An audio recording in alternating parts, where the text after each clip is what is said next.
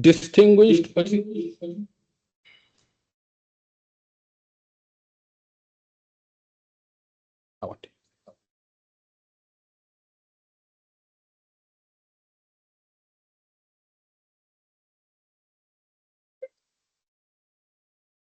Distinguished participants, ladies and gentlemen, we want to welcome you to this webinar series. Allow me to recognize all our leaders, the accountants general present, all public finance professionals, colleagues, development partners, institutional partners, and all participants. I'm not sure whether it's a good morning from where you're joining us from, good evening, good afternoon, depending on your location across Africa and indeed the world. It is my pleasure to welcome you to yet another edition of our series, and we want to thank you for taking your time to join us on this timely and thought-provoking conversation on borrowing with purpose, strengthening debt sustainability, and fiscal resilience. And I think it's a known fact that as public debt continue to place a lot of pressure on our national budgets, the challenge may not simply be whether government should borrow, but whether borrowing is transparent, sustainable, and clearly linked to our respective countries' national development outcomes. At this point, ladies and gentlemen, allow me to bring in our Chief Executive Officer, Mr. Frederick Liaga, to give brief welcome remarks. Mr. Liaga.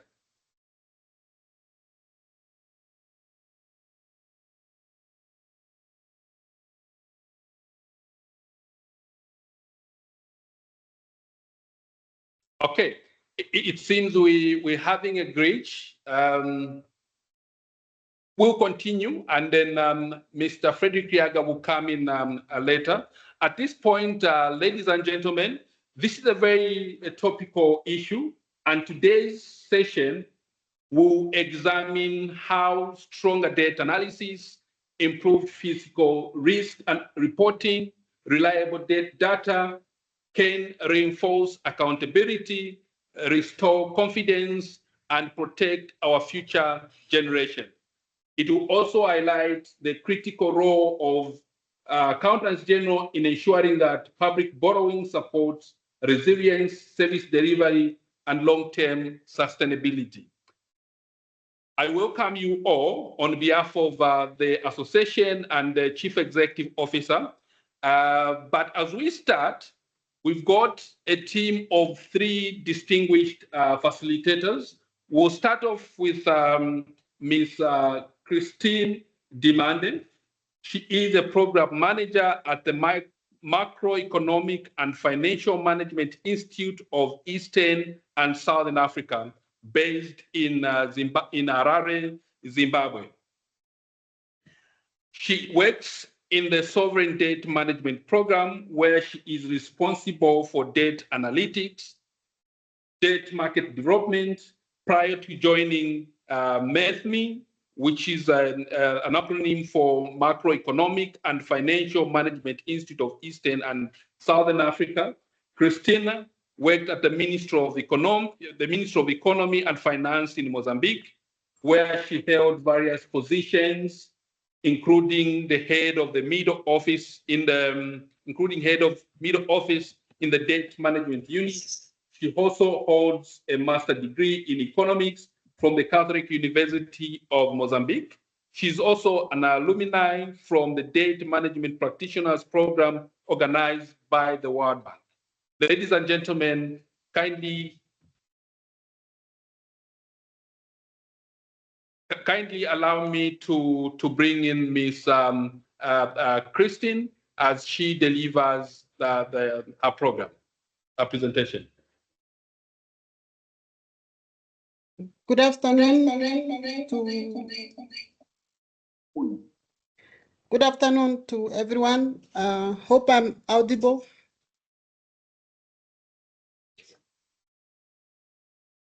Yes, we can hear you. Okay, thank you so much. And I would like to first say thank you for the African Association of Accountant Generals for inviting MEFMI to really join this conversation related on sustainable borrowing, which is a topic that is really in a very, very active debate. And it's a topic where concerns of many countries are really related on how to really remain resilient and fiscally resilient and also maintain that sustainability. So thank you. All protocol observed. I would like to really start my presentation. So allow me to just close the video so that I don't cause any interferences. So you may move to the next slide, please. So I have this outline, just a short mention about MEFMI, what is MEFMI, then an introduction. Then I'll discuss a bit on the debt vulnerabilities and then touch on how can countries borrow sustainably and also build some thoughts on fiscal resilience and finally key messages.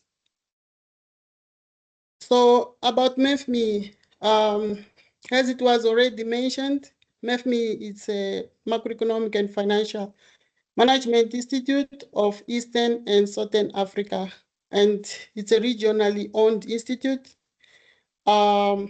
since 1994, and currently we have 14 member countries. So the countries are listed there. I won't mention them to save time. What is the mandate of MEFMI? The core mandate is to build sustainable human and institutional capacity in identified key areas in central banks, ministries of finance and planning, revenue authorities, statistical office, and related institutions. And our areas of intervention is macroeconomic management, sovereign debt, and financial sector management. The Institute also aims to foster best practice in our client institutions, as well as bring emerging risks and opportunities to a forum executive level officials. Next slide.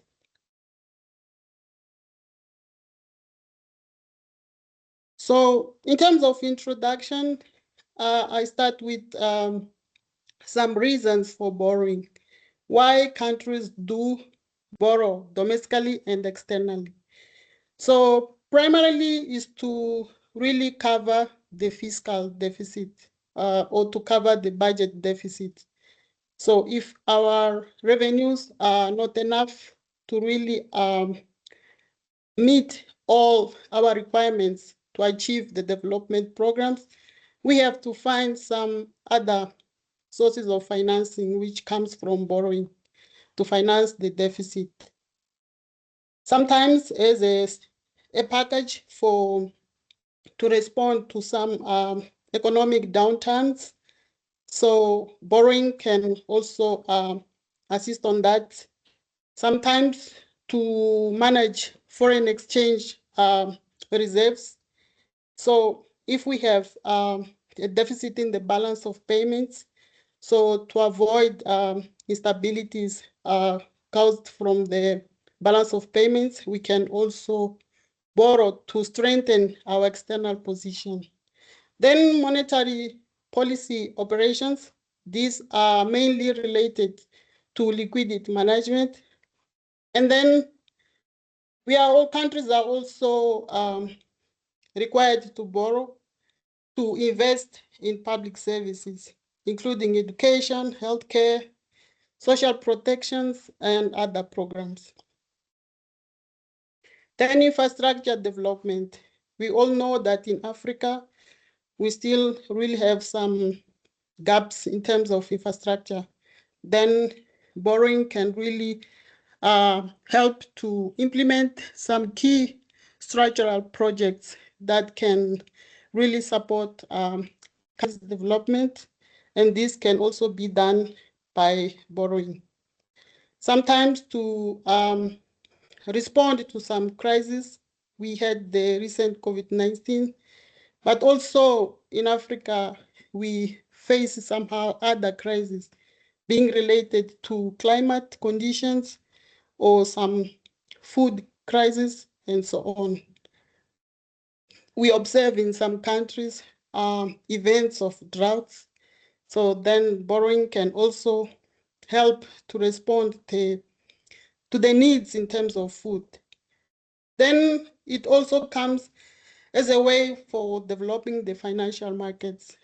Sometimes you can find countries that are classified as middle income countries. Sometimes they don't really need borrowing to finance the budget, but still to keep the market, the domestic market or the financial markets active, countries can still borrow. Then for debt management operations, which we call them as liability management operations, where countries can simply borrow to refinance debt that is already maturing, or debt that is already, the maturity period is very, very close. So countries can refinance that by borrowing. So continuing with the introduction, here I'm giving some numbers from the African Economic Outlook reports. This is from the African Development Bank. So recent reports indicate that Africa needs an estimate of $1 trillion to achieve the sustainable development goals by 2030. So as we can see from this amount, the financing needs in Africa are still very, very huge. So decomposing this financing, it's estimated that for infrastructure, the annual needs range from 184 billion to 221 billion. For climate financing related issues, the annual needs exceed 213 billion, and for some regional shortfalls, like specific regions in our continent, the annual financing gap is estimated in 55 billion by 2030. So this is just to illustrate how much financing is needed to achieve the SDGs by 2030. So from this slide, I will then discuss some related debt vulnerabilities. So if you look at this picture is just a summary of the low-income countries' risk rating. So this was an assessment done by the IMF. So the figures illustrated here are as of end June 2025. So I believe some of you are aware of the LEAK DSF methodology. So this methodology is to assess the. Send me the updated. Sorry. So this methodology is used to really assess the sustainability of debt, and countries are classified according to their debt carrying capacity. The debt carrying capacity really defines the thresholds for the different ratios. So we have solvency ratios and liquidity ratios. So if countries breach these thresholds, then this is how the countries are finally classified. So if you see the countries in green, these are the low-risk countries, to say they are still sustainable. Then yellow, moderate risk. Then in red, high risk. And in gray, they are in debt distress. Just to emphasize, debt distress, they can no longer pay their debt service. It means they are now meeting challenges to meet their debt service obligations. So as we can see from this summary, we find that in 2025, the countries in debt distress remain limited. But then, if you look for countries in high risk of debt distress, then it's where you see, if you compare from 2014 to 2025, 2014 we had only 23 countries, but if you look at 2025, you now have 38 countries. So it means the number of countries in high risk it's increased during the period that was assessed. So this is how the picture is showing that really the debt vulnerabilities are an issue. So it's an issue of concern for many of low-income countries, particularly if you look at, I think, 2021 and 2022, where 2020, 21 is when, then 2021, when the number was 44, which is the highest for this period. Next. Next slide, please. So if you look at this chart, this chart now shows how is the distribution of the breaches in terms of the debt indicators. So the countries that are really at high risk of debt distress, then how the countries are really performing in terms of debt ratios, how are they really performing in terms of breaching their respective thresholds. So if you see the gray color, which is the color that I will really concentrate on, this refers to liquidity indicators. So liquidity indicators are ratios of debt service to revenues, and debt service to exports. So it's really what countries need from their budgets to really finance, to pay debt service, to meet the debt service. So if you now see the number of countries in gray, it increased considerably in the last 4 years. If we say from 2022 to 2025. So this somehow reveals that the higher share of countries in high risk ratings breached the liquidity indicators. So this pattern highlights the importance of continuing monitoring the liquidity constraints, including to prevent liquidity pressures from evolving solvency problems. So in summary, this chart just indicates that there is now a significant number of countries, or a growing number of countries, that are really facing challenges in servicing their debt. Next slide, please.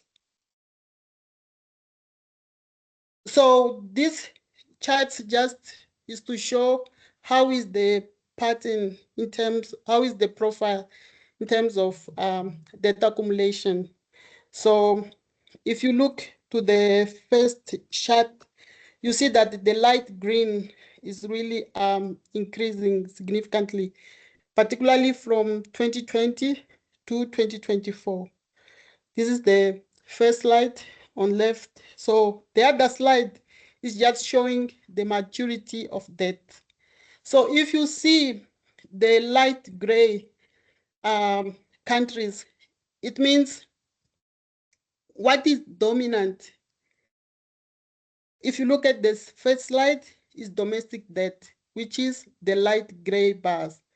But if you look to the distribution by maturity, you see that domestic debt is almost short to medium term. So it means the debt is dominated by short-term debt instruments, which in the graph shows in years, the maturity in years is just 2 years, we can say 2 years and 6 months. So this is how it shows these are liquidity pressures in terms of servicing the debt.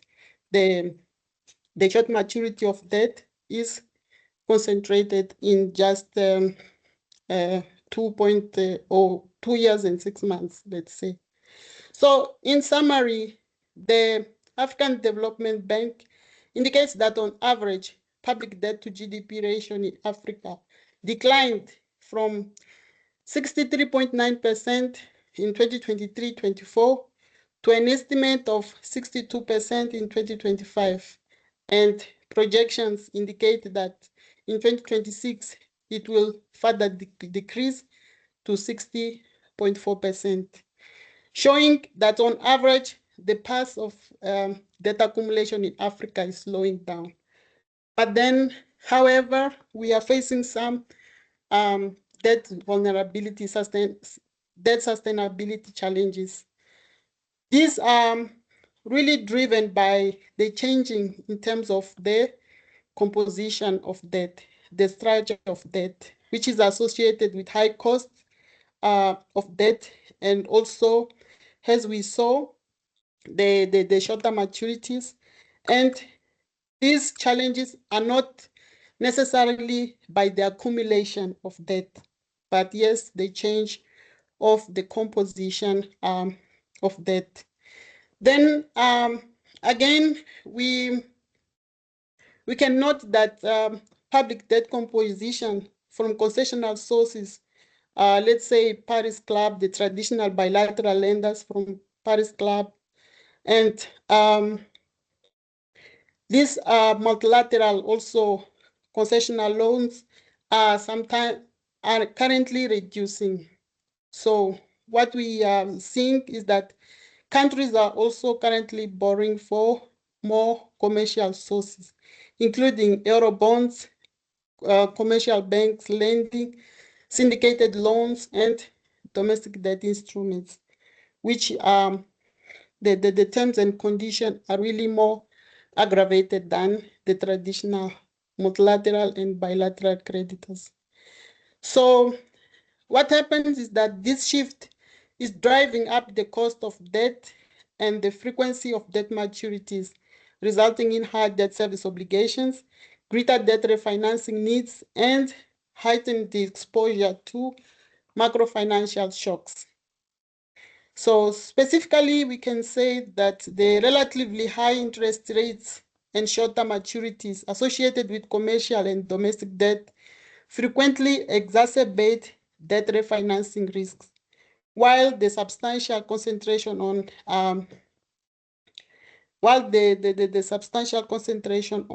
let's say, commercial and short-term debt maturities is what really gives such pressures. So now it's just some reflection on the question, is debt good or bad, and under what circumstances?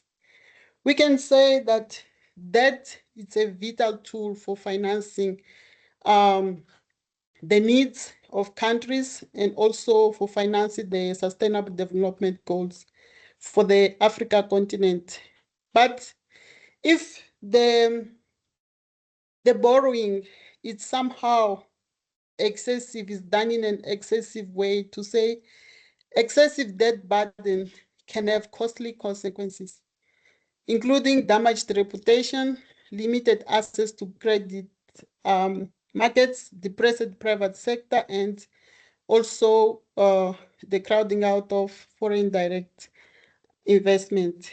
So once a country is in debt distress or is facing somehow challenges to service its debt, somehow it shows a sign to the creditors and to the market that the country is really not a country is not in a position to meet its debt obligation. So deteriorating debt sustainability ratings and risk downgrades could restrict Africa access to international capital markets if not addressed systematically. Next slide. Can debt stimulate investments in Africa? We can say yes if we borrow in a prudent way. The prudent use of debt can help smooth out economic fluctuations and support value. It can create economic and social projects. So if the borrowing is also accompanied by targeting productive sectors or targeting productive and projects with high return, this can have a stronger impact on the economy, and somehow the economy can generate enough returns to service the debt. So it's also critical to strengthen governance, transparency in debt, and efficiency in public investment. So those are essential to ensure debt is directed towards productive projects or productive investments. Then lastly, good friendly policies, digitalization, and promoting free and fair competition are crucial to avoid looming debt crisis in Africa. Next.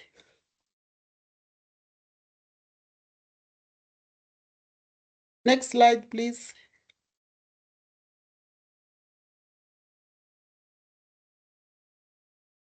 So how can countries borrow more sustainably?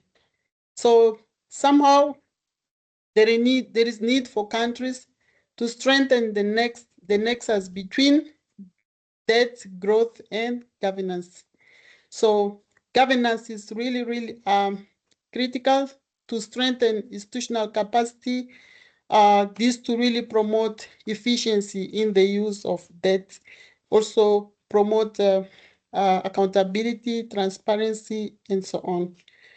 So the use of debt for productive social and economic infrastructures is also very critical. And again, strong institutional capacity can really help to improve efficiency in projects that are financed through borrowing. So borrowing should reflect the country's debt carrying capacity. So we have some regional thresholds in terms of borrowing, like the SADC macroeconomic convergence indicators. Some countries also define in their annual budgets the borrowing limits. So these limits are always set in line with the country's macroeconomic fundamentals.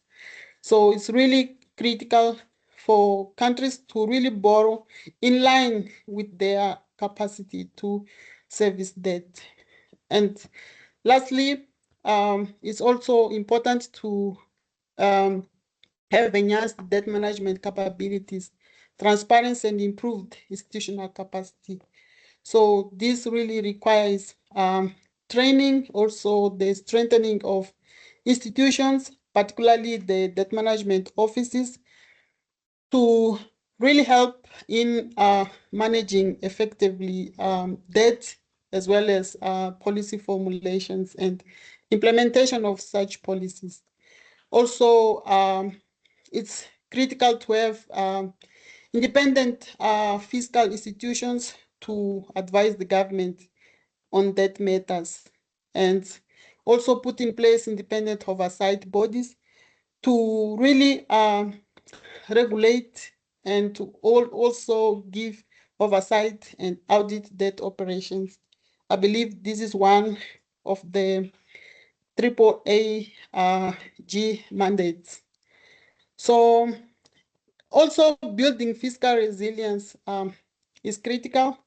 So this is just a diagram that shows a summarized, we cannot say steps or summarized points to consider when really countries are called though countries when, or let me simply say, these points just highlight how can countries really make sure that they run their macro fiscal policies, ensuring resilience in terms, ensuring fiscal resilience is achieved. So one of the ways or one of the strategies is to really have fiscal anchors, having periodic, let's say in our fiscal frameworks, let's say medium-term fiscal frameworks, if countries really set targets in terms of, let's say, revenues, collections, in terms of spending, in terms of ratios of, let's say, ratios of debt obligations, of revenues, and so on. These targets really help countries to monitor how is the fiscal performance of countries. Then we, as I was saying, the last point just is emphasizing the need to link annual budgets to clear ceilings. And second is to have stable revenues. So stable revenues, somehow it's all the policy interventions or policy measures that countries can really put in place to improve the revenue collection by broadening the revenues or the revenues base and improve compliance.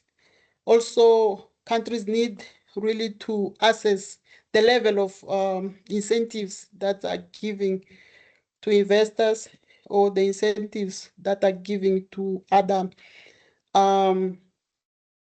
players in the economy. And then third is really a smarter spending. This is related to fiscal efficiency, how the resources in the budget are spent. So one of the advice is to use spending reviews and reprioritize. So spending based on clear prioritized needs or prioritized projects is really important to have efficiency in spending. So appraise, select, and maintain projects. So projects selected based on feasibility studies and also data subjected to auditing and also regular reports and so on. It helps also to track on efficiency. Then debt and fiscal risks. It's really important for countries to align the borrowing with the debt sustainability analysis, the MTDS, and also to monitor the guarantees that are issued in favor of state-owned enterprises and also PPP. And critically, it's also important to have good legal frameworks to really minimize the risks arising from SOEs and also from PPPs. And somehow countries are also called to build some cash buffers.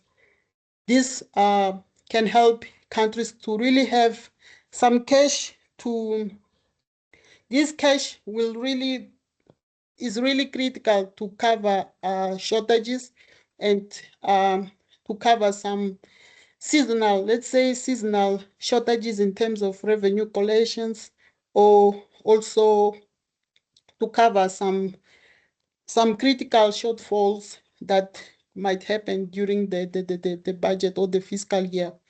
So building these cash buffers is really also important. Also continue to monitor and then continue also to assess the risks against our macro fiscal assumptions. So subject our macro assumptions to some stress tests is really, really important so that we can monitor how our country can react from some shocks, being domestic shocks or external shocks. So some key messages is to say the pace of data accumulation in Africa is slowing down in recent years. But however, we face vulnerabilities that are driven by changing in debt composition structure. So this is what is really driving the cost of debt and shortening debt maturities, and which results in high debt service obligations, bigger refinancing risk, and also exposes more countries to macro financial shocks. So for purposeful borrowing, we need to align the borrowing with development priorities and finance productive investments. And finally, countries should always have good financing strategies that are aligned with the debt sustainability analysis and medium-term debt management strategies. So this somehow helps countries to manage future debt crises and the impacts. So just to finalize, to say MEFMI is also playing a role in terms of helping to strengthen institutional capacity in our region. So this is really critical to help countries have sound macro and fiscal policies, and also for a sound public debt management. So what are the areas of intervention? So here I just mentioned from our debt management program, our interventions covers the DSA, MTDS, legal institutional frameworks, risk and contingent liabilities, loan negotiations, restructuring, debt instruments and markets. In terms of debt recording and reporting, including the debt management systems, cash and liquidity management, innovative financing, debt statistics, dissemination, also quantitative techniques for debt analysis and methodologies. So thank you so much. This is what I prepared to really contribute to the dialogue that is organized by the AAAG. So thank you so much for inviting MEFMI to join this conversation this afternoon. Thank you.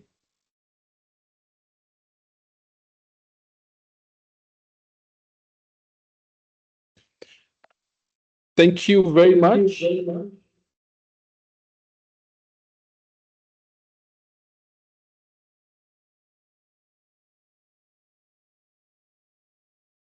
Thank you very much, Christine, for that wonderful presentation.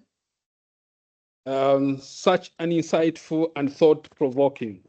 I think it's interesting. Your presentation is very interesting. You've brought out quite a number of issues. Number one of the key areas that I've picked is that we're undergoing a situation where debt structure is changing, and with that comes driving up the cost of debt and the frequency of debt maturity, which is also resulting in higher debt service.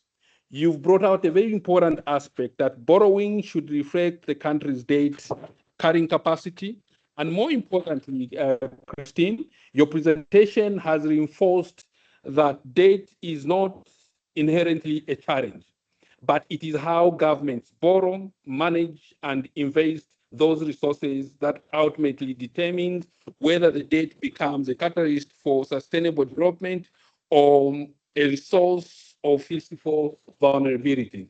Stay with us. We'll come back to you on follow-up questions.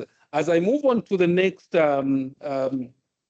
speaker, allow me to acknowledge the presence of the host accountant general, Madam Nsandi Manza, who is here with us, but also in case I've missed out on any accountant general that is present and joining us, you are welcome.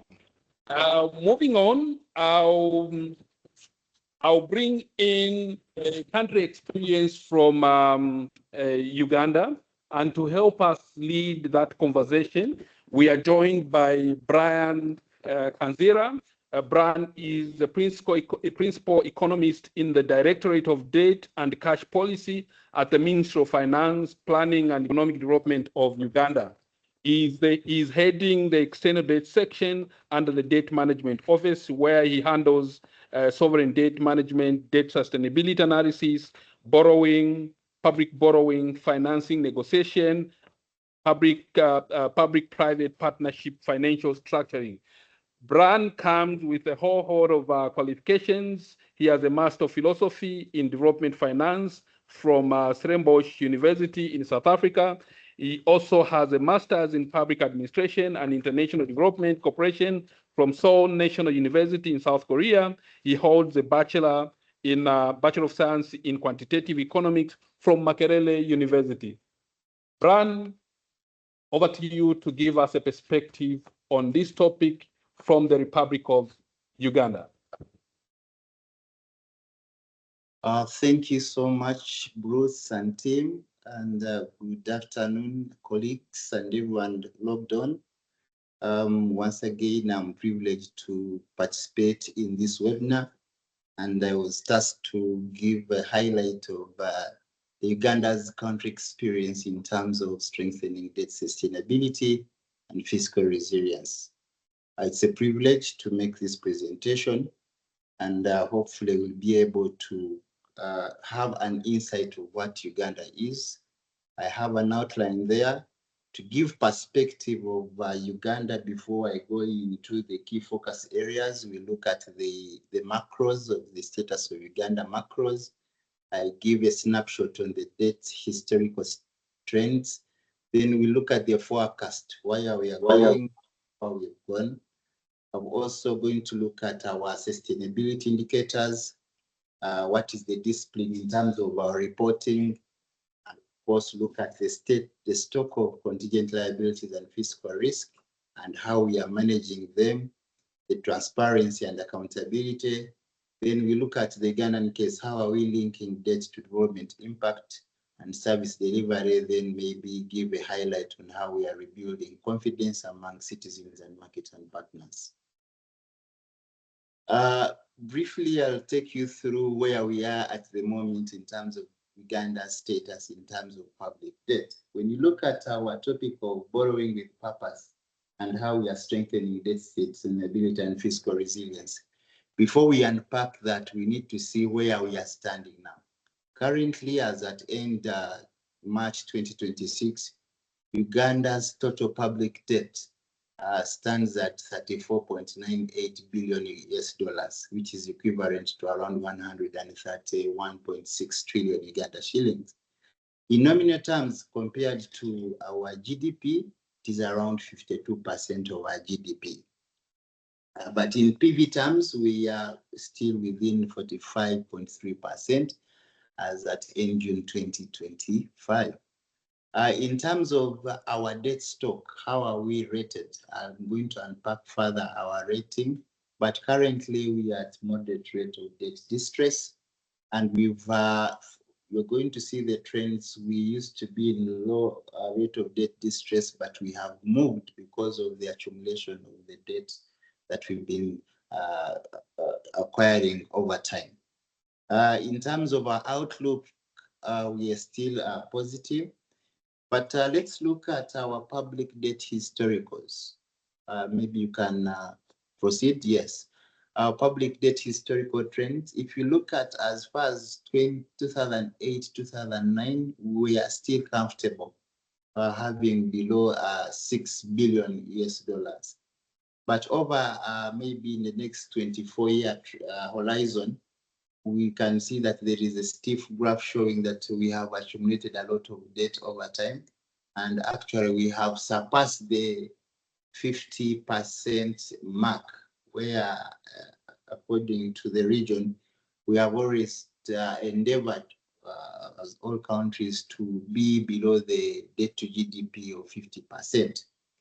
And you see that years ago, our external debt used to be was higher than domestic debt.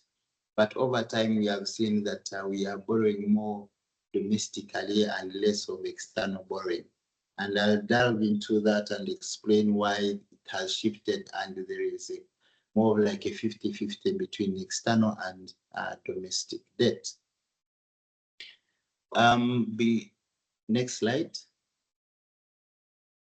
Let us see how our public debt has evolved over time.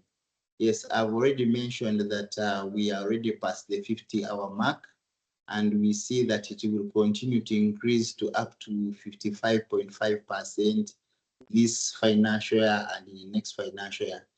But from our projections, we anticipate to see a decline in terms of our debt accumulation, and the drivers for the descent is, as you're all aware, Uganda, we are starting to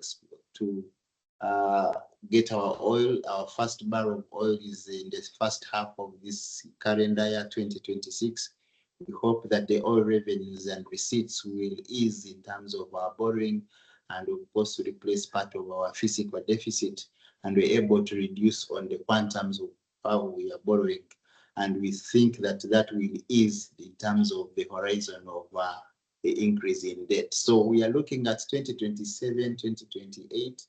We are looking at a decline, and it's a steady decline, and hopefully by 2030, 2031, we expect our debt to GDP to be slightly below the 50% mark. Next slide.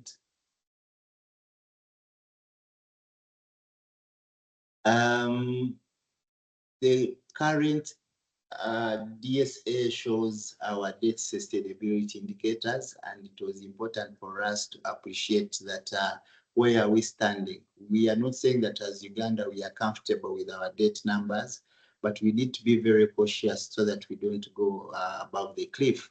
So we have some external debt sustainability indicators and domestic debt sustainability indicators. But you look at our solvency indicators quickly, you see that it has been going, the PV of external debt to GDP has been growing, and currently we are at 19.6%, and the PV of external debt to exports is as of 2024-25 is at 89, and we are looking at by 2030-31 maybe we'll be at the PV of external debt to GDP will be at between 17.7 to 17.9%. And of course, the PV of external debt to exports will be around 104.3. When you look at domestic debt sustainability indicators, you look at our benchmarks of our public debt management framework of 2023, which was formulated 3 years ago. You look at that we have a domestic interest to domestic revenue, which will include grants, is below 15, but currently we are above, currently we are at 26.7%, and we are maybe oscillating towards the 24.8, 24 up to 21.2%. These solvency ratios and indicators show that whereas we are still in moderate rate of debt distress, we need to be cautious on our appetite of borrowing and trying to manage these indicators so that they don't run out of hand. Next slide.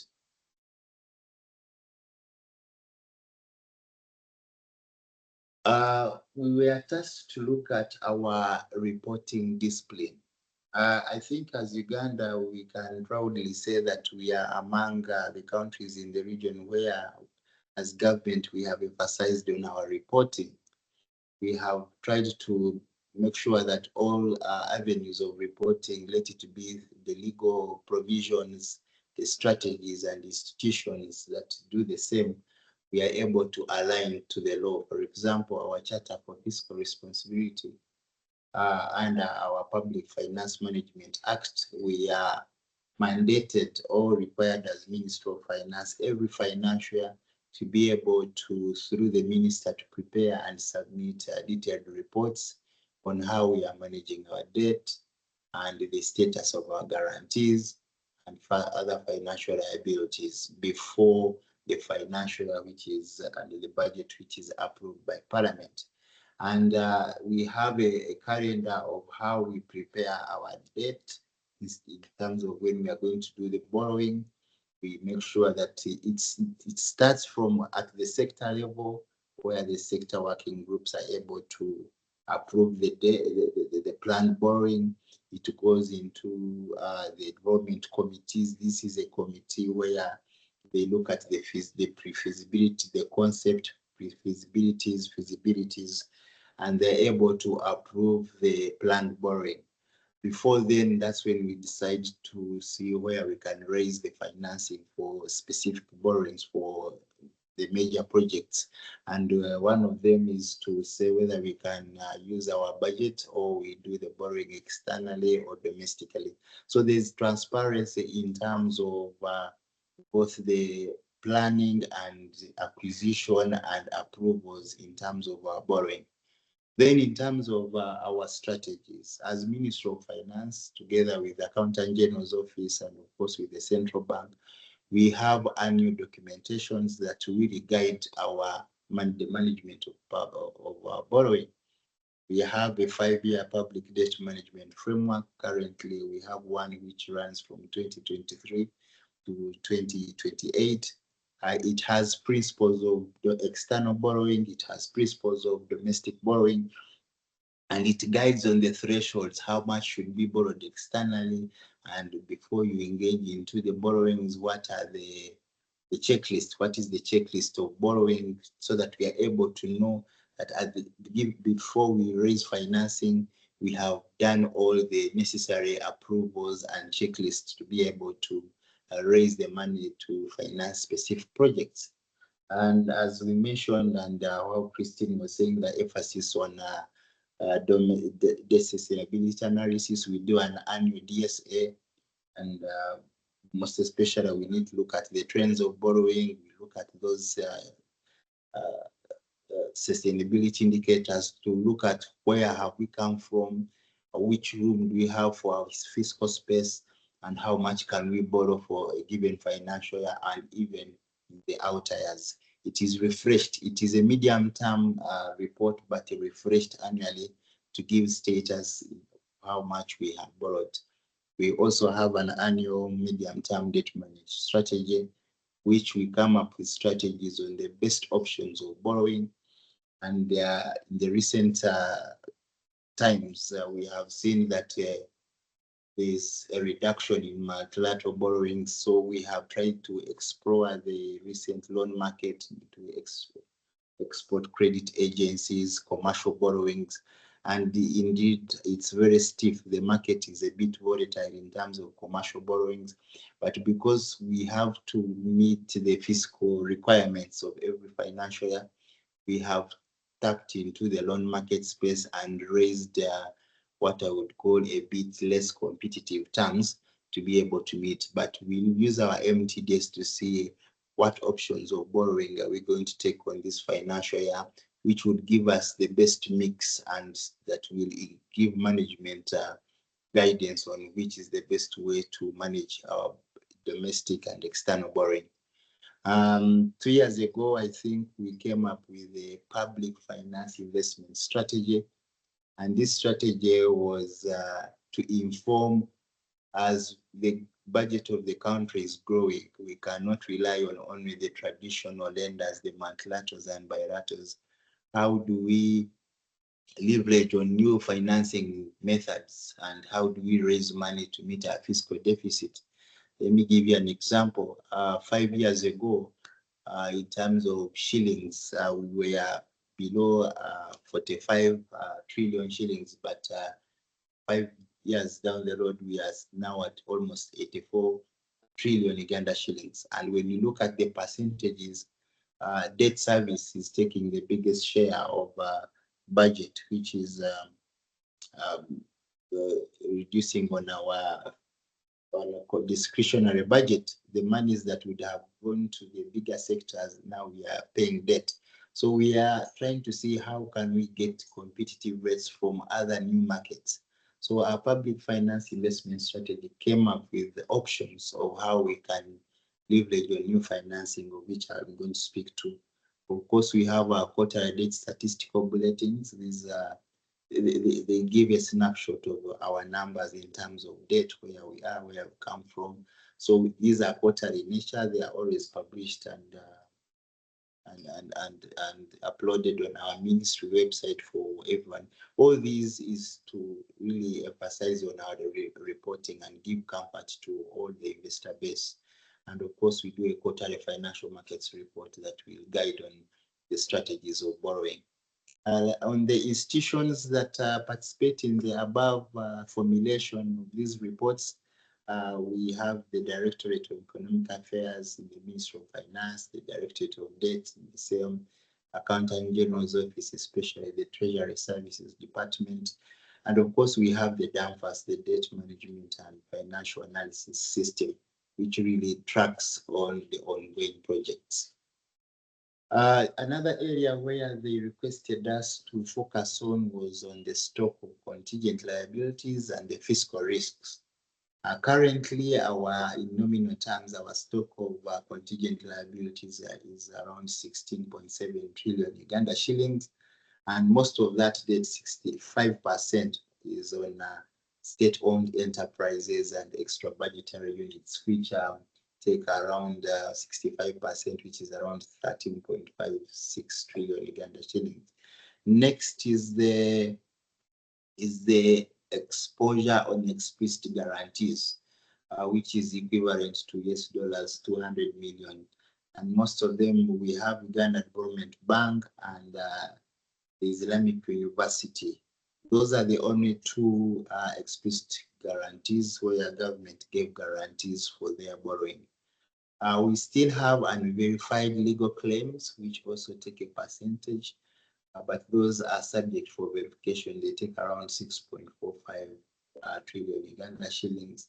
And then there's a low risk of local government liabilities, the current and non-current liabilities, which take around 74.5%, which gives a smaller number. So we have been currently trying to get a PPP, a public-private partnership. We are engaging a bidder who we intend to work on one of the longest highways, expressways, that is the Kampala-Jinja Express Highway.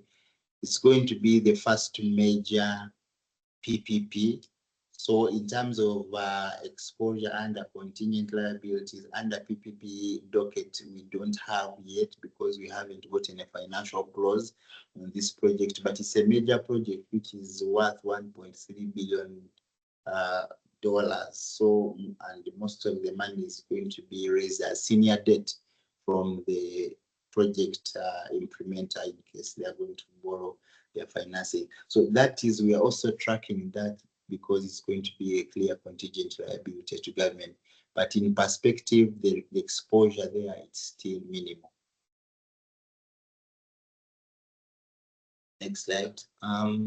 We are also requested to highlight on how we are managing these contingent liabilities and the fiscal risk. We have an 8-step acceptance and recognition before we take stock or record a contingent liability.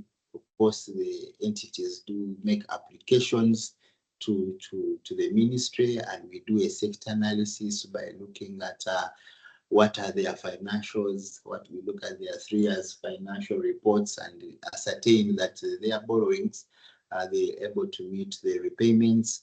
And of course, our Directorate of Debt, the middle office, looks at the risk assessment and then gives guidance, and of course, with all the necessary documentation. And for guarantees, which legally they require approvals, then there's need to inform the Attorney General's office, and the Solicitor General can give an opinion. And of course, for guarantees, they are required to go to get approval from Cabinet, and the Ministry of Finance, on behalf of the borrowing entity, we append our signatures to affirm that we have given guarantees to that. And of course, Accountant General would clearly do the registration and capture of this contingent liability. But we have guiding principles for that. Of course, we look at the fiscal affordability, and then we look at the risk allocation before approval of either the direct borrowings or the guarantees, and the transparency in terms of the documentations that they have provided, and the materiality in terms of the percentages of GDP, and of course value for money, the money borrowed, what is the intent. Area number 3, which we are requested to look at, was the transparency and accountability. Under the executive docket, the Ministry of Finance especially, I've already talked about all these reports, the annual reports, public debt, grants, guarantees, and other financial liabilities, the bulletins, MTBS, ESA, and annual contingent liability reports. In terms of transparency, in terms of accountability, we have to be accountable for every borrowing to the legislative, which is the Parliament, and through the Public Finance Management Act, there are very many provisions that we would have to get clearance before. We have committees of national economy, committees of budget, where they scrutinize all the planned borrowings, and then they approve them as Parliament. And of course, we have our Charter for Fiscal Responsibility, where we have to be compliant too. And indeed, currently, Uganda, we are still within the all indicators that were enshrined in our 5-year charter that is still running, and of course the budget approvals, which include both when we are approving the budget at the beginning, at the end of the financial year around May, when they're approving the whole appropriation of the budget, it includes the planned borrowings and the debt service.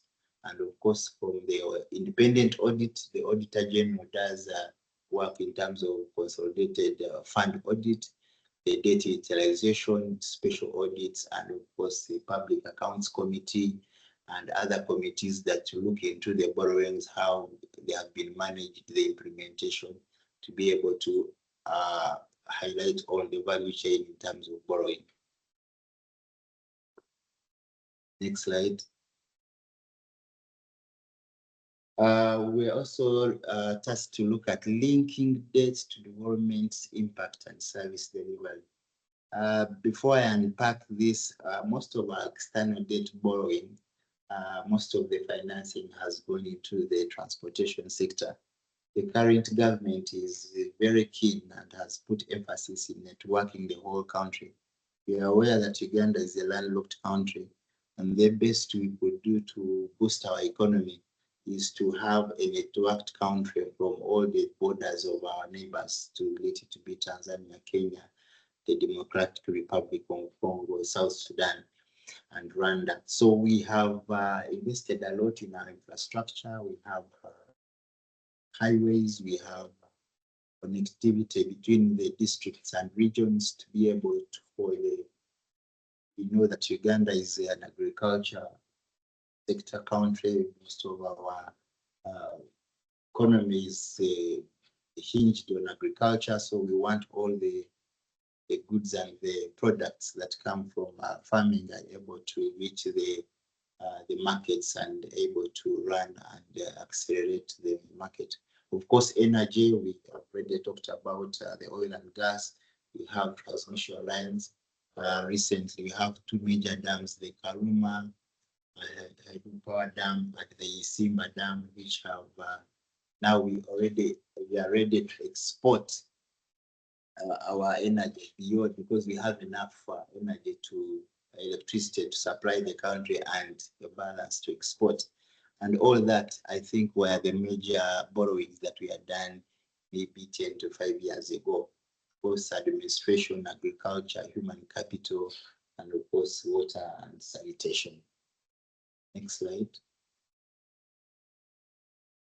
Quickly, from the previous slide where we are talking about which are those flagship projects, where has the money gone? We have been borrowing. From my first slide, I was mentioning that almost 40 billion US dollars of borrowing over time, but there must be value for money. When we're looking, we need to have what impact and service delivery has this borrowing done. If we can, the Karuma hydropower dam, 600 megawatts is a contribution to the economy. It has boosted the industrial sector, and of course, the almost 1.7 billion came from China Exim. We have Isimba hydropower. We are currently embarking on our standard gauge railway. We are going to raise money from African Development Bank, Islamic Development Bank, and a couple of ECAs. And of course, we expect a lot from our planned oil. We have East Africa crude oil pipeline, where we are going to be taking our crude oil from our Chilean and Kingfisher, and we expect all that we are going to boost. So this borrowing is aligned to projects that will boost the economy. I've already talked about the roads and of course the Kampala-Jinja Expressway. Next slide. The lastly is about rebuilding confidence among citizens and markets and partners. Already the global ratings, S&P, B minus, Fitch is already at B stable, and Moody's at B3 stable. So with this, you know, the detail that comes in through the credit ratings, I think from the investor base, there's still some confidence that Uganda is a good place to invest in. However, we are cautious because we have been oscillating from B plus to B minus, whereas at certain after COVID times where the outlook was not good. So this is not giving us comfort to borrow more, but to borrow cautiously and to projects that bring return on investment, and also give comfort to our investor base to be able to raise money at competitive rates. But we also want to explore new capital markets innovative financing pipelines. For example, I think in the region, Uganda is the only country that has not gone into the Eurobond market, and this is intentional. It's not that we don't appreciate the market, but we want to enter into it cautiously, learning from our peers that sometimes the bond market space, the Eurobonds, and the need to finance them as a bullet has constrained some of our peers. So how are we entering into the bond market space? We want to explore Islamic financing. Currently, we are on a roadshow to raise almost 405 million euros for support 15% of the standard gauge railway. We have already done a market sounding for raising money under the renminbi market, that is under the Panda bond in China, to raise their CNY, the Chinese money, where we think that there's competitive financing and of course sustainable financing under the climate finance. And domestically here, we want to expand our domestic market, but at the same time, even we have offshore holders who are very comfortable investing in our domestic market. Currently, the offshore holdings are above 2 billion US dollars, who are invested between the 2 and 20-year tenors. I want to thank you. I think those are the 5 key focus areas that we are requested to highlight in terms of the Ugandan case, and hopefully the borrowing with the purpose is also comes with reporting on it with the same discipline and focus to maintain our fiscal discipline. At the same time, we do our debt service to maintain the appetite of borrowing for future projects, and being cognizant that we do not have to be into debt distress, but rather borrow efficiently to manage our debt and boost our economy. I thank you very much. Thank you very much, Mr. Brian Kanzila, for that insightful and practical presentation. Key issues that you brought out and with for participants and other peer countries to learn from. Your debt reporting discipline, I think it's quite inspiring. You've indicated that this is enshrined in law, and not only is it limited to the debt management department, but it encompasses all stakeholders within the public debt value chain. The quarterly bulletin, I think that is a very important, but more importantly, Brian, your presentation has demonstrated key issues. One, that debt sustainability is not simply about managing debt levels. It is about strong institutions that you've highlighted. It is about disciplined reporting, transparency, effective management of physical risk, and ensuring that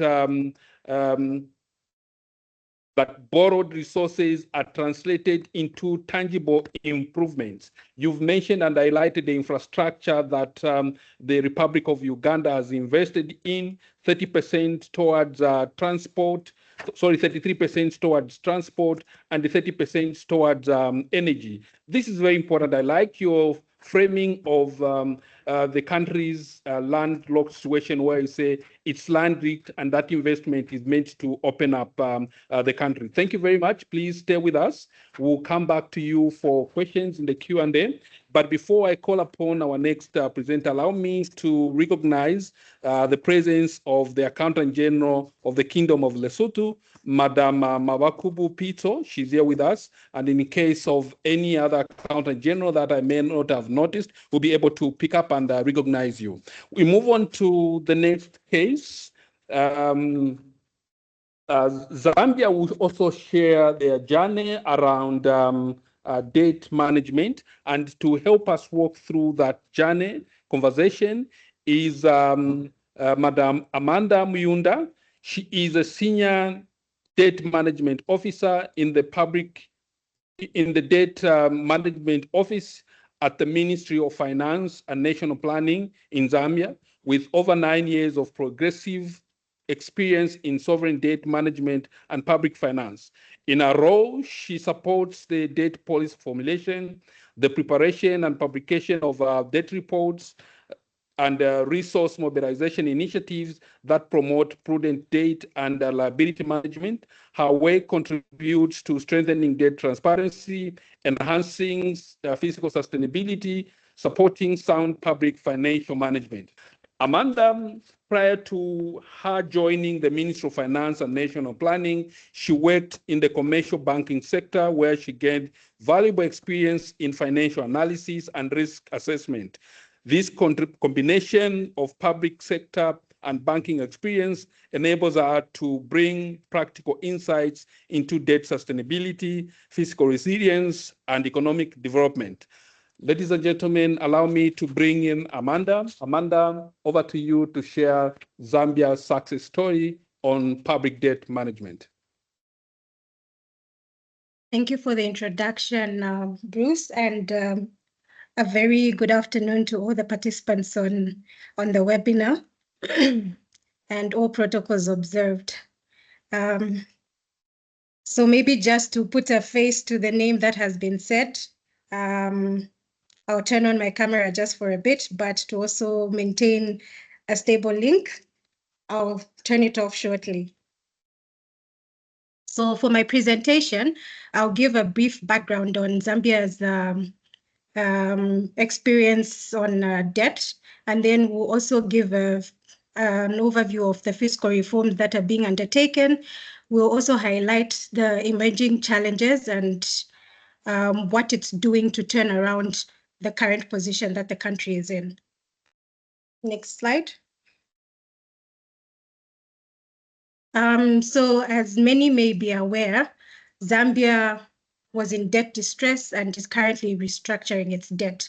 But just to give you a background of where we came from and how we got to the position that we're at, you may note that after 2010, when we had a HIPIC and cancellation of most of the African countries' debt, our debt was as low as $2 billion in 2011. So this gave us enough fiscal space to embark on ambitious infrastructure development programs. So this meant, like Christina had highlighted, it opened up various financing options available to the country. So the country was able to borrow from commercial banks, multilaterals, bilaterals. We even went on and contracted 3 Eurobonds. So this infrastructure development program that we embarked on saw the development of hospitals, schools, roads, and so many development programs. But this also came with economic challenges. This saw a rise in inflation. And then during this period, we also faced droughts. So there were other economic factors which were also affecting the country's economic growth. So by 2020, 2021, we started facing limited fiscal space. Because of the high debt that had been contracted, this also implied that we had to make repayments on the loans that were contracted, considering that most of them were non-concessional and they were borrowed in foreign currencies. This meant that our currency was being affected. So with the depreciation of the Zambian kwacha, it meant that we had to start making use of more kwachas to make repayments on the loans that we had borrowed. By 2019, we also had the COVID-19 pandemic, which worsened the whole situation. So you can imagine an economy that's already facing some fiscal challenges being impacted by the COVID-19 pandemic made things worse. So that led to the country being in debt distress. So on this slide, it just shows the public debt trends from 2011 to 2021. As I had highlighted, in 2011, our debt was as low as $2 billion. But then we saw a significant increase. By 2020, it had risen to $13 billion. This was all due to the robust infrastructure development that we're undertaking. Again, this also impacted our debt service to revenue. As at 2011, you can see from the graph on the right that we were using 9% of our revenues to pay debt service. But it continued to increase gradually. And if you can see, by 2021, we were now spending 70% of our revenues to pay back on the loans that we had borrowed. So this minimized what was left for other developments in the economy. That means if we want to purchase medicines, pay emoluments, or also just social cash spending. That meant that from 70%, we only had 30% out of, let's say, 100, if we're going to use a ratio of 1 to 100. So 70% was being used for debt servicing our loans that we had borrowed, and the 30% was now what was left to be used within the economy. So this was not sustainable. The country then had to start putting up measures to try and bring its debt back to a sustainable path. We can go to the next slide. In so doing, the country implemented various measures and reforms. The country had tried, the government, so to say, had embarked on cancelling and dispersed loans, seizing the issuance of sovereign guarantees, but this was not yielding enough to cover to bring us back to a sustainable level. So the country, the government, engaged the IMF and requested for an extended credit facility. So this is more of just the milestones that we have achieved. in our debt restructuring process. In 2020, we requested for an extended credit facility from the IMF. The process was not as easy and as fast as one would have imagined. It took some time. And whilst we were trying to get a facility from the IMF, we also started engaging our creditors to try and restructure our debt, because we had reached a point where we were unable to make repayments on the loans that we had contracted. We had been defaulting, and we then declared an official standstill on debt service to all our creditors. So we applied for debt treatment under the G20 Common Framework. Under this framework, we had to now treat all our creditors with comparability of treatment. So each creditor had to be treated equally. If we wanted to restructure the debt, we couldn't sideline certain creditors whilst only restructuring other debt. So this process continued. We formulated the official creditor committee, which hosted the bilateral countries that then came up with the comparability of treatment terms that were to be used on all creditors on how we're going to restructure our debt. In August 2022, the credit facility was approved. That was a $1.3 billion. By 2023 June, we had restructured, we had reached an agreement with the official creditor committees, and in 2024, we finalized the exchange of the Eurobonds. Sorry, I may have skipped out, but in the debt that we had been accumulating over time, we had contracted 3 Eurobonds. So even in the restructuring of our debt, we had to restructure the Eurobonds. So you can see the timelines as to how long this process took. Zambia being one of the first countries to restructure its debt under the G20 Common Framework, it's more of everyone was still trying to understand the processes and what was required, whilst other creditors' engagements had to be held with them just to make them understand that it's not just them that are feeling the impact of us requesting for them to restructure their debt. So we've continued to engage the creditors. Currently now in 2026, we've reached 94% of agreement in principle on the debt that we've restructured, whilst the executed agreements are over 60%. So we continue to engage the remaining creditors, hoping to finalize with all of them. Some of the fiscal reforms that we've implemented is under the domestic revenue mobilization, the tax administration reforms. So government and the Revenue Authority has introduced various measures to enhance taxation in sectors with high growth potential, such as mining, and then and also to rationalize tax incentives and exemptions to reduce revenue leakages. We are also undertaking digitization of revenue collection. We are undertaking such innovations such as smart invoicing and online taxpayer services, as well as trying to broaden the tax base.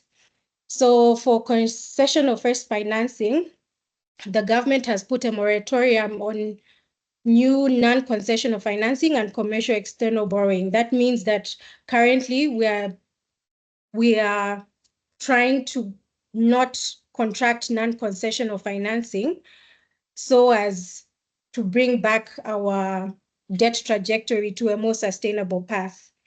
And then other measures being put in place is also expenditure consolidation. So we're trying to rationalize on subsidies whilst also protecting the social spending, in that sectors like the energy sector, we can't completely remove all subsidies, but we also need to prioritize social spending.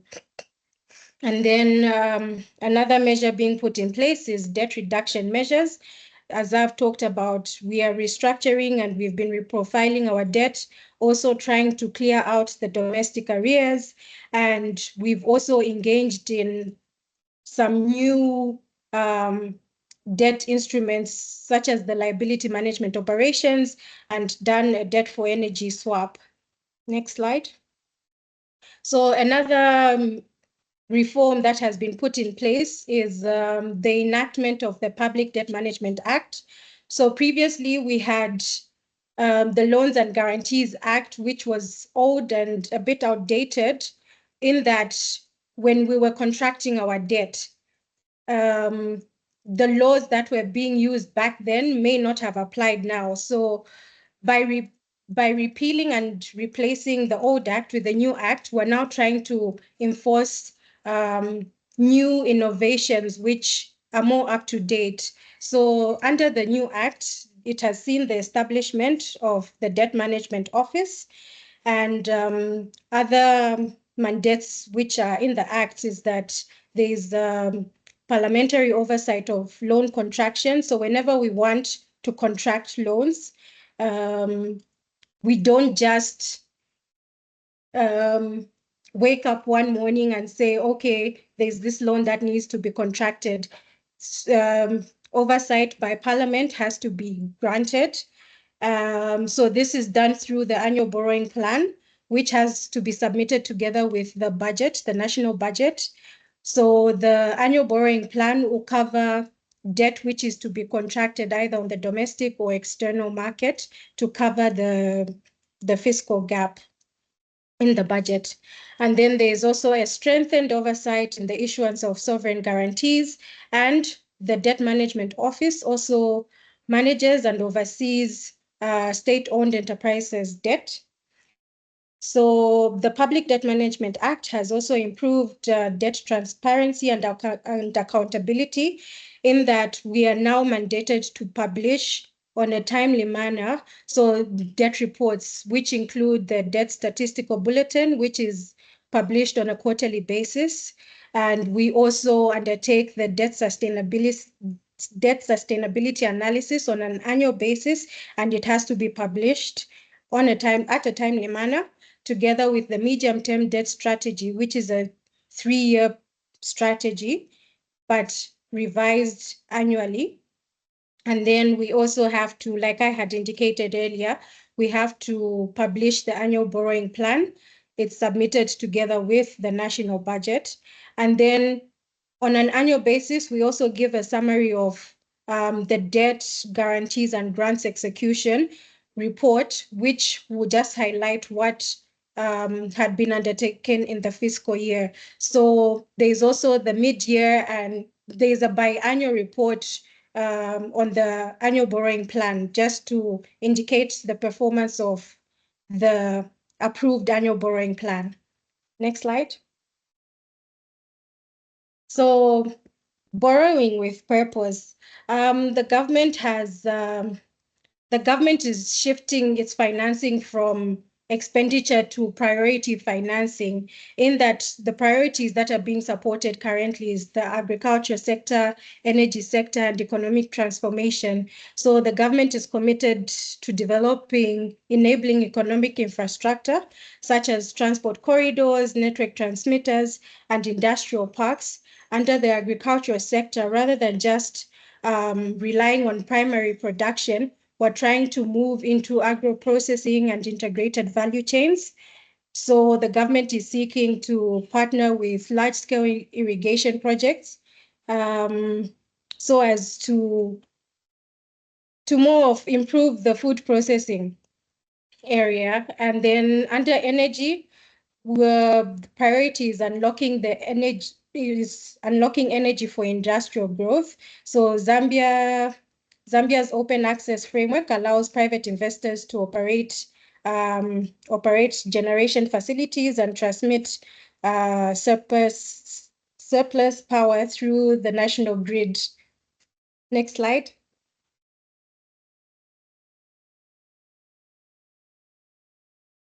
We can go to the next slide. Okay, so some of the emerging challenges or challenges that are already being experienced. as Uganda had also said, Zambia is also a landlocked country. So everything relies on us having to import or export our goods through other countries. So when there are geopolitical conflicts or a rise in global interest rates, that also affects our country. And then there's also climate change, which is fueling new financing needs. If at all some disaster happens, meaning we now also have to move away from the borrowing that we had intended and have to now start trying to cover up on certain disasters that may have just come out of nowhere. There's also the exchange rate volatility, which affects our external debt. If there's a rise in the exchange rates, our debt is also affected in that we now have to look for more monies to cover the financing that needs to be repaid. And then there's also a need for stronger domestic capital markets. The government is looking into investing more and strengthening the domestic market, whilst also still relying on borrowing from external countries. So trying to sustain the turnaround. Next slide, please, sorry. So in trying to sustain this turnaround that Zambia is currently in, we are trying to make discipline permanent. What do we mean by this? Even though our extended credit facility has come to an end, that doesn't mean that the fiscal reforms or measures that we put in place should now be forgotten. The concessional borrowing that we're now relying more on doesn't need to now fall off and say, okay, since we're no longer on a program or we shouldn't go back to borrowing non-concessional borrowing. We should maintain fiscal discipline. And then there's also a need to build on buffers. Christina had also mentioned this, so we need to rebuild our reserves and fiscal space. We also need to diversify the growth base. Hence, we need to reduce dependence on copper and hydropower in line with our National Development Plan, the pillars. We also need to deepen domestic revenues, as I've just highlighted earlier. We need to institutionalize transparency. So as I've said, again, it's back to fiscal discipline. We shouldn't now stop not publishing our debt reports, but continue to publish them and adhere to the reports and strategies that we're putting in place. Also, borrowing doesn't just have to rely on external borrowing, but we can also look into other avenues such as the public-private partnerships, where mobilizing private investment to finance various projects. Thank you. Thank you very much, Amanda, for that insightful and inspiring presentations. Quite a number of lessons that you've brought out for participants and other countries to pick lessons from Zambia's journey from a debt distress situations. You've highlighted the journey through the country's achievement of debt restructuring and being one of the countries to lead the path to debt restructuring. Importantly, Amanda, your presentation has demonstrated that restoring debt sustainability is not achieved through a single intervention, but through sustained fiscal discipline, sound public financial management, strengthened institutions, enhanced transparency, and purposeful borrowing that supports economic transformation. And I think Zambia's experience offers a valuable lessons for many other countries to seeking to balance development financing with long-term As you've rightly said, you've shifted from financing consumption-based expenditure to financing priorities, and you've highlighted key important issues. But we are also particularly encouraged by the emphasis on institutional reforms, domestic resource mobilization, transparency and reporting, and ensuring that every quarter, every dollar, every shilling contributes to the proactive investments that improve citizens' lives. We now move into a very important session where we invite our participants to seek clarifications and questions to the presentation that have been made.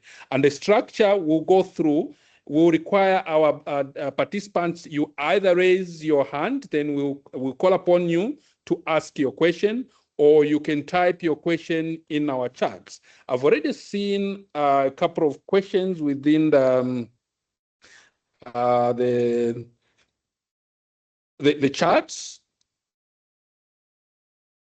Firstly, I think this is just merely a comment. Christina, there is a request from Somalia that the Macroeconomic and Financial Management Institute of Eastern and Southern Africa to consider including Somalia as a partner. That's the question. Over to you. Let me just check. There were quite a number of comments. Okay. With that, I now invite questions from participants. Okay, there it is. Maybe while we wait for the questions to come on the chat, just my also feedback from the issue raised by the representative from Somalia to say, yes, MEFMI, it's open to really include more members because the main purpose is really to contribute to strengthening capacity and institutions for the prosperity of the continent. So maybe the representative can just contact the secretariat, and then from there we can now bilaterally discuss and take you through what are the requirements to become a member. Okay. Yes, okay. Thank you. Thank you. Maybe I can leave my email address on the chat, maybe for the first contact. Yes, yes. Or you can leave your contact. But there's also another question, Christine. Your presentation has highlighted Africa's shift from concessional financing towards commercial loans, Euro bonds, domestic debt instruments, which often carry higher interests, higher interest, shorter maturities, and increased refinancing risk. The question is, from Frederick, is how should African government adapt their debt management strategies to respond effectively to this changing financing environment? Then equally, your presentation has highlighted in particular the need to strengthen the relationship between debt, growth, and governance. So what single board reform would you recommend fundamentally to improve debt sustainability across Africa over the next decade, and what institutional political conditions should be required to implement it successfully? Amanda, over to you. Okay, Christine, I think you sorry, it's Christine. It's Christine. Yes. My apologies. It's Christine. Thank you for the questions. So the first question really touches more on the risks of the risks that we see emanating from the debt portfolios for in African countries. So what is really mentioned here are the shorter maturities that lead to refinancing risk. And then when it comes to the strategies to really respond to that, assessing from your portfolio, one of the strategies is really to see with the benefit of using liability management operations. How can countries extend the maturities of such instruments that are falling due in a shorter period? So engaging earlier on time with creditors that we owe them debt and maturities are coming, we can really using this liability management operation to extend these maturities. We can even issue new debt to refinance the debt that is due today for future to have future obligations. So this is one of the strategies that countries may use. Then if we come to domestic borrowing, as we saw at the big chunk of the debt is really concentrated in domestic instruments. It's domestic instruments with shorter maturities. So what we can do is also to build up strategies to develop our markets so that we can really start also tapping to longer maturities, issuing debt instruments, domestic debt instruments with longer maturities. So to have this, really you need to go through significant reforms to build market confidence and also to really expand your investors base. Because if you are, let's say your domestic market is dominated by commercial banks only, commercial banks have more appetite for shorter maturities. But then if you put in place reforms to include other investors, other players in the market, let's say insurance companies, let's say pension funds, whereby in their financial statements, they really have long-term assets. So they can really use these assets to invest in domestic longer maturity instruments. So these are just some examples that I can mention so that somehow help to manage these refinancing risks that are coming for shorter maturities. And also somehow we can have some influence in the interest rates, because the issue of higher interest rates is also mentioned here. So if the market is, our domestic market is liquid, it's vibrant, there is confidence, we have a wider participants, and also we let's say the government somehow is able to build trust in the sovereignty, then it's now a scope to really promote favorable interest rates. So the government can now borrow with favorable interest rates. So these are just some comments for the first question. The second question on the strategy. So I think the main component of this question is what institutional and political conditions will be required to implement successfully what can really help to strengthen relationship between debt, growth, and governance. So I can say that this really requires structural reforms. So it cannot be something just done from one night to the next day. But then it needs really a structural reform, and it involves different stakeholders. We recently had the example of Zambia.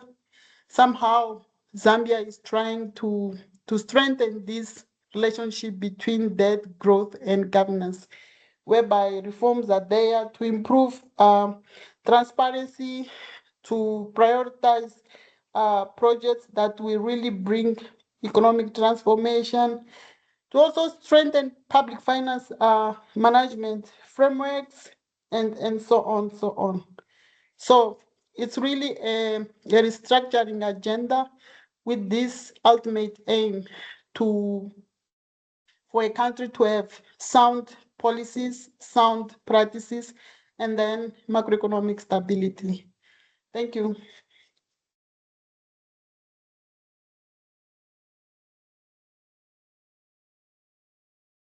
You are muted, Bruce. My apologies. My apologies. Sorry about that. Participants, if you can, either type within the chat or raise your hand and we will call upon you to ask your questions. But with that, as we wait for participants to raise their hands, I've got a question for Bran from Uganda. Your presentation highlighted the importance of linking borrowing directly to development impact and service delivery.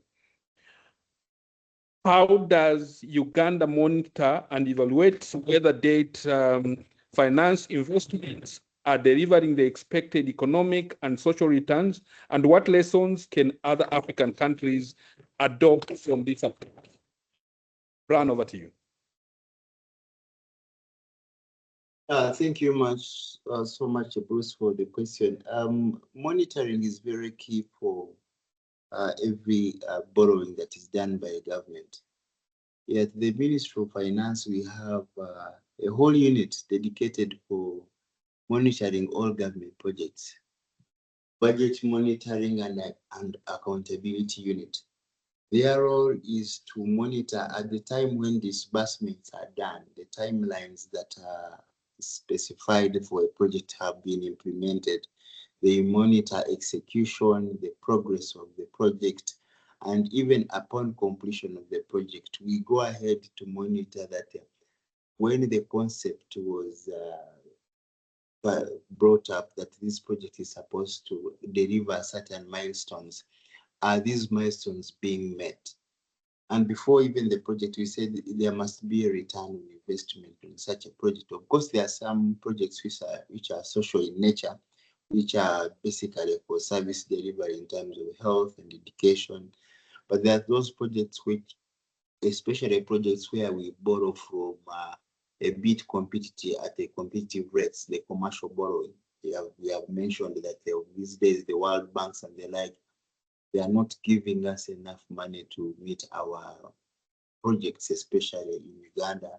We have a tenfold growth program where we need to boost our economy. So we are focusing on projects that have return on investment. So we do the monitoring in terms of the timelines of implementation, in terms of the management, the operations and management of those projects, so that we realize the actual return on investment. And then actually we tag those projects to boost us in raising more money to do subsequent projects, and we use them as benchmarks. So we have a dedicated team, we have an audit team in the Auditor General to monitor the execution of these projects. Thank you, Bruce. Thank you very much, Bran. Delegates, this is your show, this is your conversation. Okay, we've got a question here. Mashinira wants to find out what trade-offs exist between increasing public investment and maintaining debt sustainability.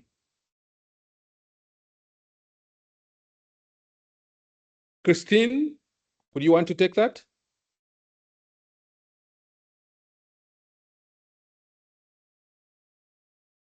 Christine? Yes.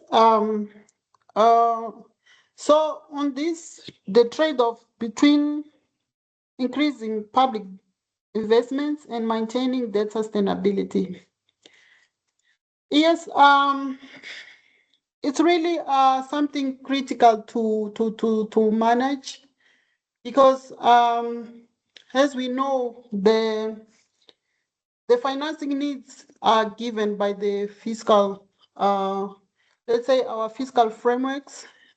It's where we get the financing needs, and then it comes to the debt management office to mobilize resources to finance the given gap. But still, there is need to really critically monitor.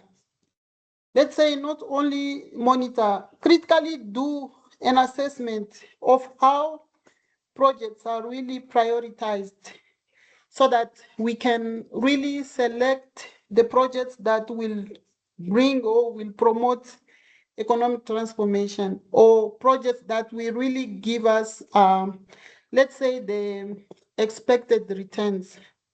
So with these returns, then we are saying the country shall be able to do the debt service obligations.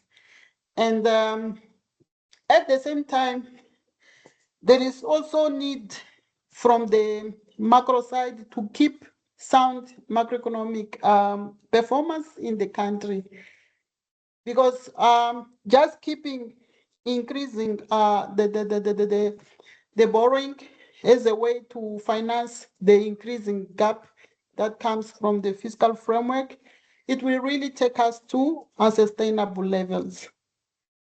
But then if borrowing more to invest in productive projects, at the same time, meanwhile, sound macroeconomic policies are in place, we have good performance in terms of our macro variables, our macro environment is sound.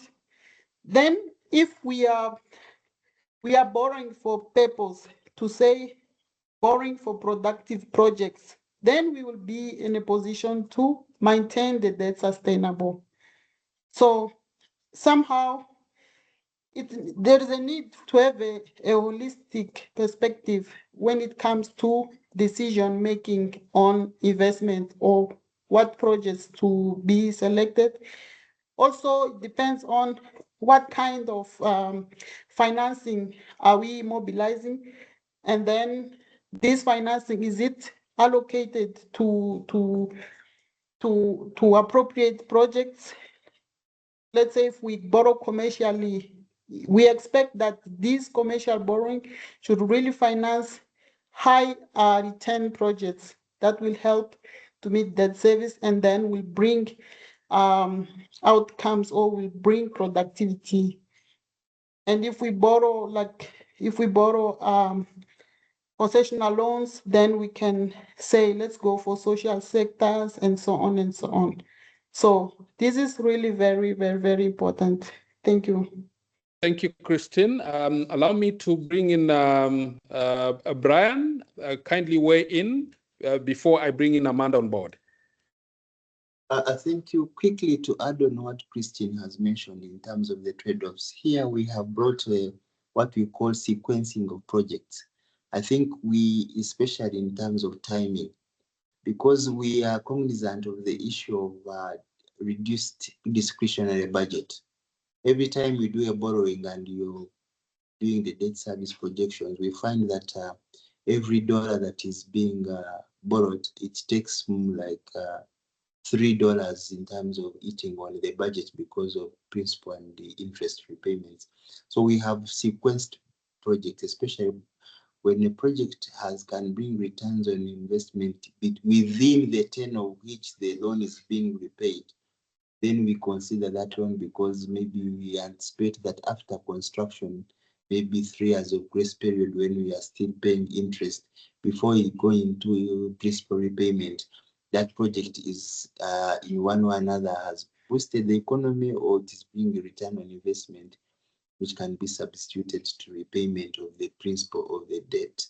And then, of course, we also look at how much can be borrowed. For example, sometimes we leave borrowings of 5 years, 7 years, and we opt for 10, 12 years because we want to push away the debt service, and we don't suffocate the discretionary budget that would have gone to education, health, and the likes. Thank you. Thank you very much, Brian, for that additional thought. I'll bring you back, Brian, but let me first get back to Amanda. One of the key success factors you highlighted was the shift from financing expenditure to financing national priorities. Would want to find out what governance and accountability mechanism have been the most critical in ensuring that borrowed funds are consistently directed towards productive investments with measurable development outcome. Amanda, over to you. Thank you, Bruce. So for Zambia, we use our National Development Plan as a guide towards public investments, which will also ensure that borrowing is aligned to Zambia's development agenda. But then furthermore to that, we have the Public Investments Planning Department, which appraises and prioritizes projects before they are financed. So the department will assess the projects that have been submitted for implementation in the next fiscal year, and following its appraisal process, it's either allocated for the project to either be financed from the budget, from their budget allocations, or whether we have to borrow for that particular project. But then this also helps ensure that the borrowing is directed for the right purposes. So, and we also undertake monitoring of the implementation of the projects, just to provide an oversight and ensure that the funds are being used for the very project that purpose for which the borrowing has been contracted for. Thank you very much, Amanda. Brian, there is a question, possibly one would ask that the greatest challenge in public finance is demonstrating whether borrowed resources have actually improved citizens' life. Would want to find out what metrics and institutional mechanisms should government adopt to measure the return on investment of debt finance public service delivery projects beyond the traditional financial indicators. Brian, over to you. Thank you, Frederick, for that question. It's very pertinent question because it is aligning how we have remodeled our budgeting. We now use what we call performance-based budgeting. When we are getting reporting on our annual budgets from all sectors, we don't want to see in our performance reports of a classroom has been built. No, we want to see increased literacy levels, for example. We don't want to see that maybe we constructed a health center or a regional hospital. We want to see reduction in especially the common diseases because of either there is sufficient, the child mortality has gone down because women are able to give birth at on time, or they can access health facilities. So we have transitioned to service delivery indicators in terms of performance, not the structures of whether you have done. If you have done, for example, a big highway that connects markets, what improvement and on a household level has that? If a young farmer or a subsistence farmer down in the village who can access the roads and take their goods to the market, how has it improved their livelihoods? So we have transitioned in terms of our service delivery indicators, making sure that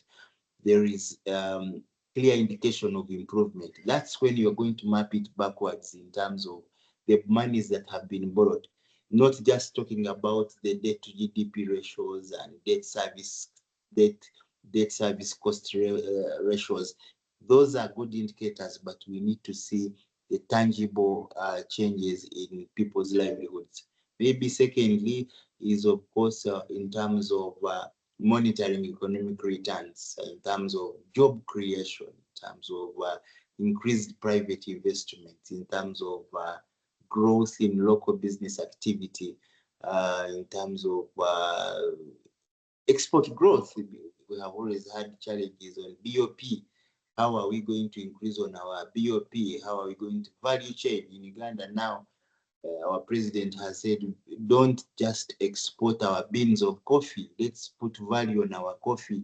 And when we are borrowing to support the commercial farmers, we don't support them to build more warehouses. We support them with equipment or machinery that will bring value to the beans, and then we export a finished product so that we increase on our export earnings, among others. Thank you. Thank you very much, Brad. And unfortunately, all good things must come to an end. And for us, this good conversation is coming to an end. But before we end, ladies and gentlemen, allow me, I'll bring in the AAAG CEO to give his thoughts and a call to action. But let me bring in my speakers. I'll go first with Amanda. You're quickly, in a few seconds, your final thoughts, Amanda. Thank you, Bruce. So all to encourage debt management officers or even the Office of the Accountant General is that we work hand in hand to ensure that we are all committed to ensuring prudent debt management and for sustainable development, and ensure that debt transparency is everyone's action point, so to say. Yes, thank you. Thank you, Amanda. Christina? Yeah, thank you so much for this opportunity.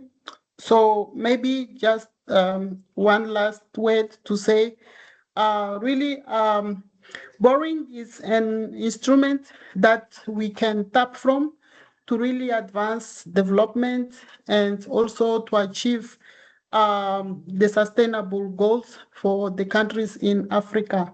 So all what it needs is really prudent borrowing combined with discipline. Fiscal discipline was really emphasized by all the presenters, and also the questions that came from participants really the answers point that fiscal discipline is really important. Monitoring and also the oversight is really very, very important. The role of the auditors general, you really play a critical role so that you make sure value for money, and you make sure that the country it's really getting the outcomes that are expected from borrowing. So thank you so much. It was a pleasure to participate. Thank you. Thank you, Christine. Brian, your final shorts in a few seconds. Yeah, quickly, I think the ultimate is fiscal discipline, and of course, trying to think outside the box. We are developing countries. We need to keep borrowing at cautiously, though, to develop our countries, to go into the middle income status. And by that, we can go into innovative financing. Let's explore other financing options which have less cost and risk, so that we're able to meet our fiscal obligations in our budgeting. We make a difference. The borrowing must make a difference in the livelihoods of the citizenry, so that at least there's appreciation, and of course the transparency that will increase on the appetite of the investors to keep partnering with us, and we are able to raise competitive financing. We are able to service our debt. Thank you. Thank you very much. Dear speakers, at this point, allow me to bring in the Chief Executive Officer of the African Association of Accountants General, Mr. Frederick Riaga. Thanks very much, Bruce. To the Accountant General of the Kingdom of Eswatini, Accountant General of the Government of Republic of Zambia, we thank you for creating time to join us today in the very robust discussions that we've had. Permit me also to recognize Christina, Amanda, and Brian for enlightening us on this subject that is often shrouding our minds and the minds of those that are involved with matters of public policy, more so in the space of public finances. So let me say that the rich and very insightful discussions that we've had today should essentially go into augmenting and reaffirming the fundamental message that borrowing is not in itself a problem. The problem we must confront and the challenge that we've got to be very deliberate about dealing with is our debt well planned? Is it contracted well, taking care of the interests of the nation, the sovereign interest of the borrowing country? And is it utilized, managed, and reported well? And then through the discussions that we've had today, one picks that across Africa, the 4 issues I've talked about, the planning, the contracting, the utilization, and the management of the debt, they've not been taken seriously by most African governments. One would say that there has been a bit of recklessness with the manner with which debt policy and debt strategy has been employed across Africa. And it has deepened fiscal imbalance as we speak today. Most African countries, as and when you listen to them, you would then cite debt service obligations eating close to 60, 70%, about 50% of their ordinary revenues. And hence that essentially means that we cede our sovereign power to financing sustainable development to agencies and institutions and multinational and nations, other nations beyond our borders. And eventually what suffers is the ultimate goal for which government is put in place, that of providing services. Because if you then, the resources that you accumulate within a given year, if you're not able to apply them in terms of even maintaining the service delivery capacity of the assets that you have, or providing the ordinary services, you then compromise the quality of the services that we put in place. At the same time, we have also underscored, and through all the presentations that have been given, that responsible borrowing remains indispensable to financing infrastructure, driving economic transformation, and achieving our national development aspirations. What emerges from our discussions today is that managing public finances today is the most difficult assignment that one can ever be put in charge of. One, I would describe it, and I like speaking of the public financial trilemma.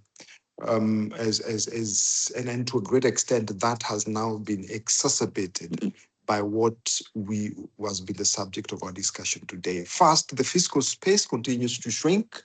Revenues, ordinary government revenues, treasuries, and the revenue authorities are finding it hard to raise the revenues. Yet costs, and I've cited one, debt service costs keeps on growing. The citizens demand more and better services. It therefore compels governments just to go back into borrowing. But it calls for very responsible governments to ensure that the borrowing strategy, that the debt strategy they employ in a given year is that which is future focused, intended at securing sustainability of the public finances. I like always sharing the classical cases from Japan, the Nordic region, where they have kind of taken control of their public finances, and you see that through the responsible manner with which then they manage their public debt. Public debt by the quantum is not necessarily a hindrance, because we often hear conversations that a lot of African countries, their debt to GDP ratios are way too high, and on the basis of which you hear pundits then saying country X, country Y with a debt to GDP target of these, they're way above that, then they are approaching debt overhang. But I always ask myself, how would the likes of Japan, and if you do a swipe, a desktop review of most of the developed economies, none of them has debt to GDP below 100%. Most of them have debt to GDP way above 100%. So they owe more than the sizes of the economy. But the issue is, how responsible have they been? The thing is, they borrow smart and with purpose. They borrow to invest in the productive sectors. So that when you then talk about ROI, then ROI would then translate into low maternity, low child fatalities, increased access to basic public services. I think those are the approaches that we must, therefore, as African countries, be looking at. How do we align our national development priorities in a manner that the investments that we are looking at funding through debt, and I like the approach taken by Uganda, really goes into sectors that will generate broader, whose multiplier effects would be greater than the debt financing costs, the debt service costs that would then be taken on board. I think those are the critical decisions that as Africa, we must start toying around with. So therefore, today's webinar should just inspire us into acting, that we create systems that would ensure that we borrow smart, report well, and ensure that our public debt is adequately reported. The key lesson that I pick is Africa's development trajectory cannot be discussed without debt. Africa's path to debt sustainability, it is therefore wise to say, does not lie in avoiding debt, but it lies in borrowing with a purpose, and borrowing where you are pumping these resources in the productive sectors within your economies that would generate more economic activity and expand economic opportunity for the people, for employment, for service delivery, and of course, maintaining accountable systems around how our debt figures.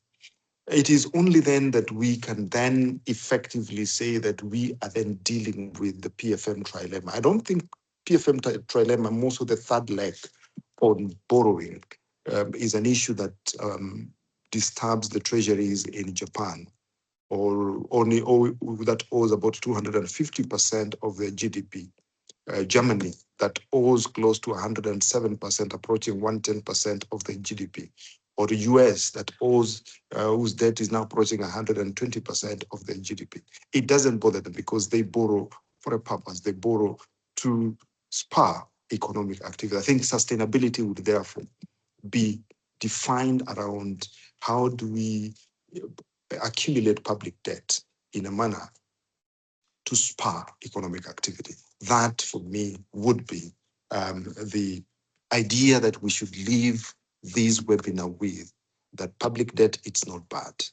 How does it help us build fiscally resilient governments across Africa that are capable of delivering sustainable services for the betterment of the people of Africa? Thank you so much for joining us. To the presenters, we really appreciate the approach that you took in speaking through these topical issues. Let's carry it back to our desks. Let's have robust engagements with our policymakers, with our leaders, that we must be more accountable for the debts that we accumulate so that we do not end up jeopardizing the futures of the future generations that are yet to come. We thank you so much. Let me take this opportunity to thank you for coming, and of course extend an invitation unto you. We would be rolling out our first our fourth annual PFM convention this week. We take this early opportunity to invite you. Please register for the convention that happens in the beautiful kingdom of Eswatini. Africa is awash with gems. Eswatini is yet another gem that most Africans do not know. If you really want to know a good country, calm, development conscious, with a fairly high perception in this, let's join hands. Let's join together in mounting a very strong PFM convention in December 2026 in the Kingdom of Eswatini. I thank you so much. Enjoy your weekend as you head back to your desks. Let's carry on with the running motto that we must maintain accountable systems of public debt across Africa. God bless you.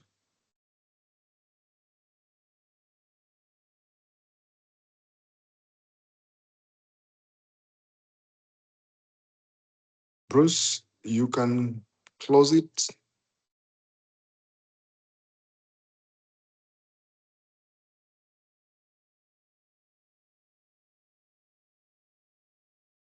Precious, if Bruce is not in, you want to close it? Well noted. Thank you so much, Mr. Fred. Thank you so much.